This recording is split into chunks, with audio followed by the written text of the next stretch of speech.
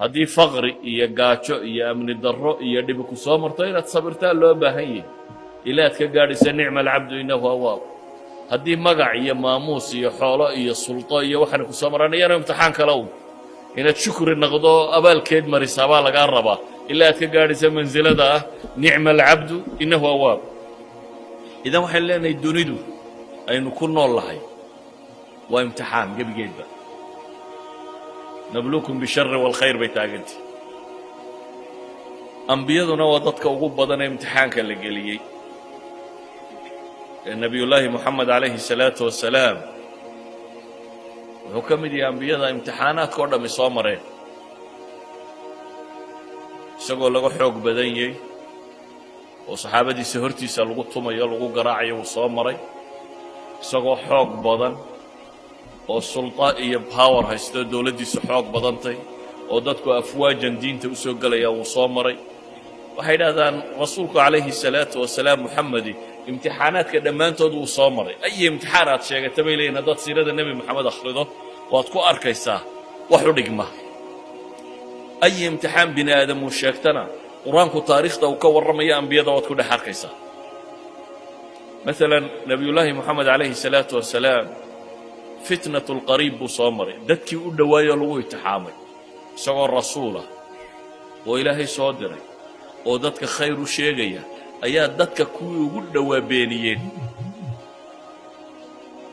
abujahl iyo abulahab iyo quraysh iyo tolkii ugu dhowaa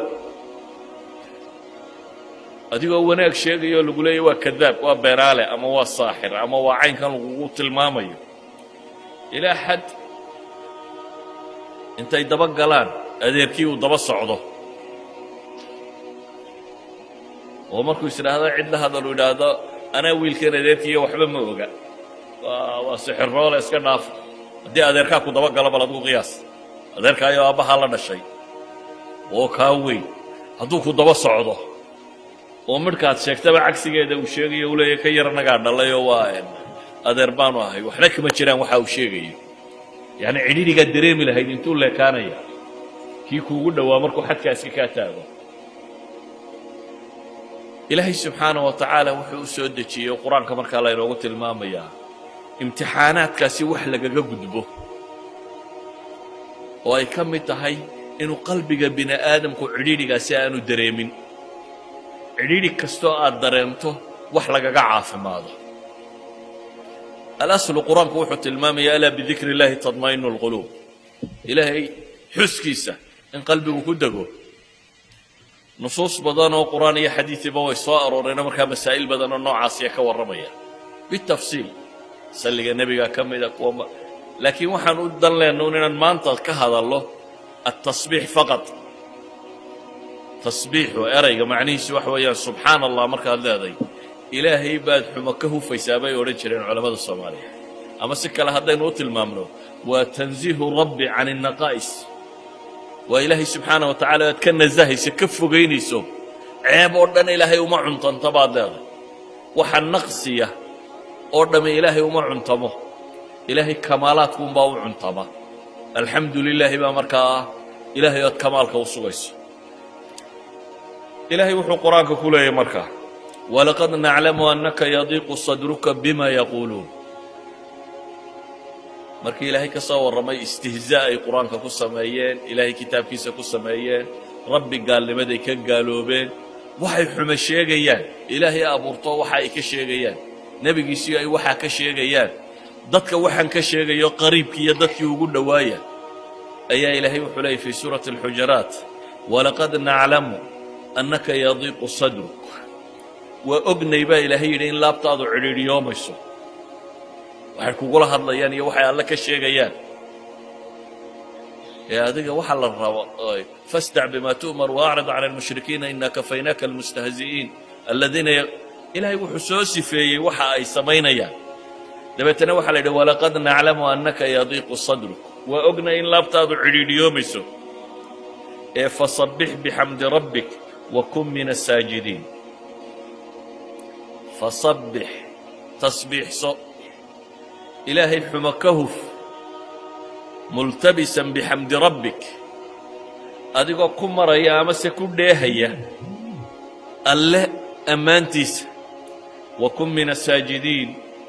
inta sujuudaysa ilaahay fooda dhulka u dhigaysana ka mid noqo culammadu waxay yidhaahdaan maxaa diiqu sadri inta laga warramay loo yidhi fasabbix waxay yidhahdaan huwa tiryaaq waa dawaa'un yustashfaa bihi waxa lagu caafimaadaya waxa weye markii xanuunka loo sheegayo dhibta haysata ayaa ilaahay yidhi sidaa yeel sida nebiga la yidhi yeel bay culammadu leeyihiin waa sida laabtu ku caafimaado walidaalika baa qur-aanka meelo badan waxaa ku soo arooray qad naclamu inahu layaxzunuka aladii yaquuluun ama falacallaka taarikun bacdu maa yuuxaa ilayka wadaa'iqun bihi sadruka an yaquuluu lowlaa unzila calayhi kanz aw jaءa macahu malak falacallaka baakhicu nafsaka calى aahaarihim in lam yuuminuu bihada alxadiidi asafa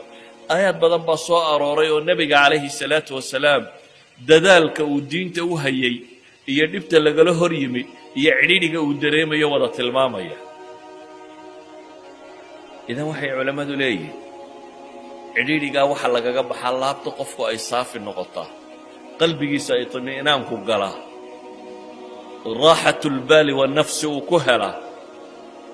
waa masaa'ilkan ilaahay u tilmaamay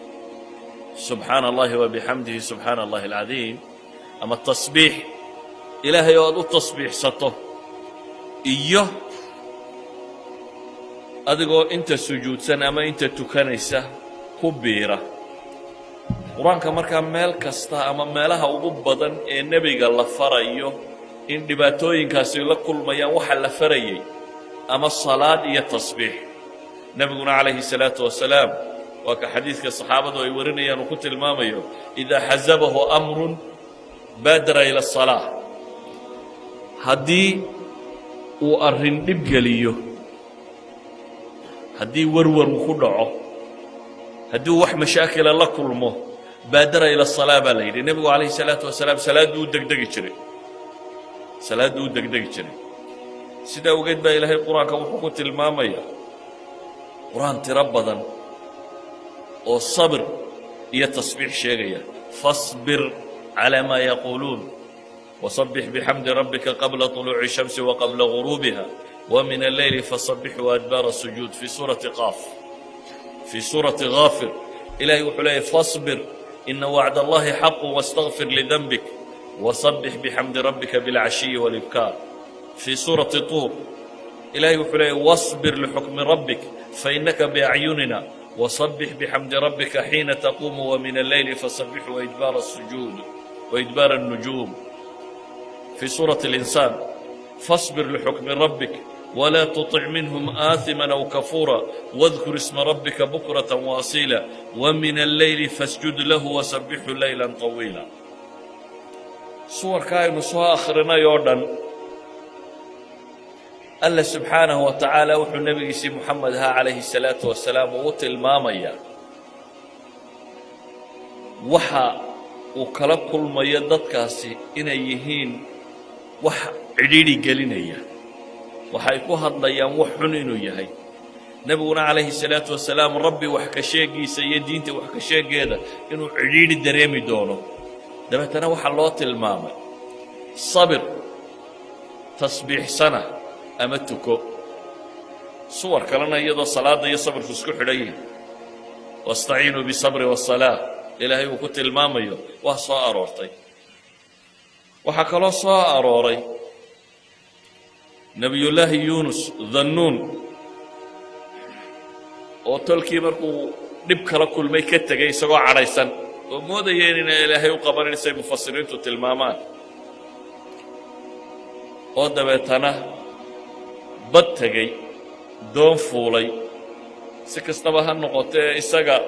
sahmiguu ku dhacay doonta ha la khafiifiya la yidhi nebiyullaahi yuunus doonta laga tuuray